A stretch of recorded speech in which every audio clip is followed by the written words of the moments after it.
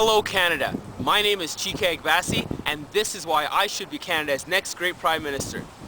As your next great Prime Minister, I would strive to make Canada the healthiest country in the world while keeping healthcare per capita spending the lowest in the world. According to the Canadian Institute for Health Information, Canada's healthcare spending continues to rise rapidly and is expected to top $160 billion this year. That's a 6.6% increase from last year. Also, Canada's healthcare spending continues to grow faster than our economy. This is the 11th consecutive year in which healthcare spending is expected to surpass inflation and population growth. It is time to slow and eventually reverse this trend by investing in creating avenues for Canadians to live active lives. By doing so, we will save billions of dollars every year used in the treatment and management of illnesses. Billions of dollars that could be invested in our cities, our citizens, and our country. In a recent ranking of the world's healthiest countries, Japan was ranked number 1. Their population is close to 130 million people. What about Canada? Well, Canada didn't even make the top 10 list, and our population is a quarter of Japan's. I see a Canada where just over 32 million citizens together form the most physically active nation in the world. I see a Canada where citizens enjoy the greatest life expectancy while healthcare spending per capita is the lowest in the world. Ultimately, Canada must exercise its citizens if it's to become a more prosperous country. The overall health of a country's citizenry, in my opinion, will be the defining feature of prosperous countries in the coming decades. Today, provinces and territories are realizing that they have less money to work with because a larger portion of their budget is going towards healthcare. In fact, healthcare spending by provincial and territorial governments is expected to surpass the $100 billion mark this year. But it's not just our provinces and territories that are feeling the crunch.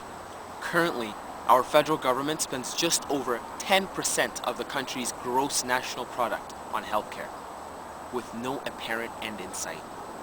It is time to reverse this trend and invest in creating avenues for Canadians to live active lives. And here's why. According to healthcare experts, an active lifestyle can decrease the risk of heart disease, help weight control, prevent osteoporosis, improve joint mobility, reduce stress, reduce blood pressure, combat depression, help prevent strokes, and assist in the control of diabetes, just to name a few. Accomplishing all of this will mean there will be less people in there. Like I said earlier, Canada must exercise its citizens if it's to become a more prosperous country.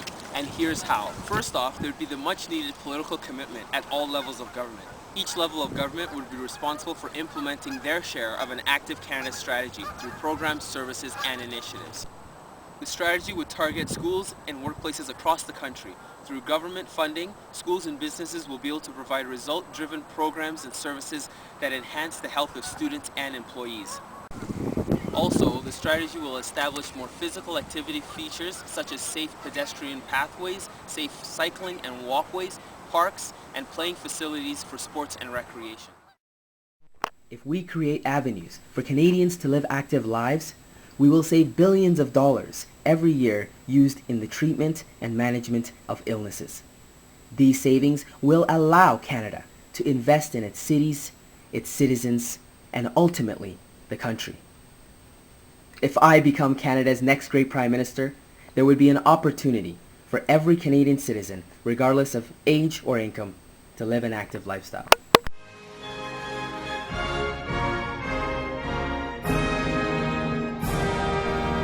Vote Chike Agbasi, Canada's next great Prime Minister. And thanks very much for listening.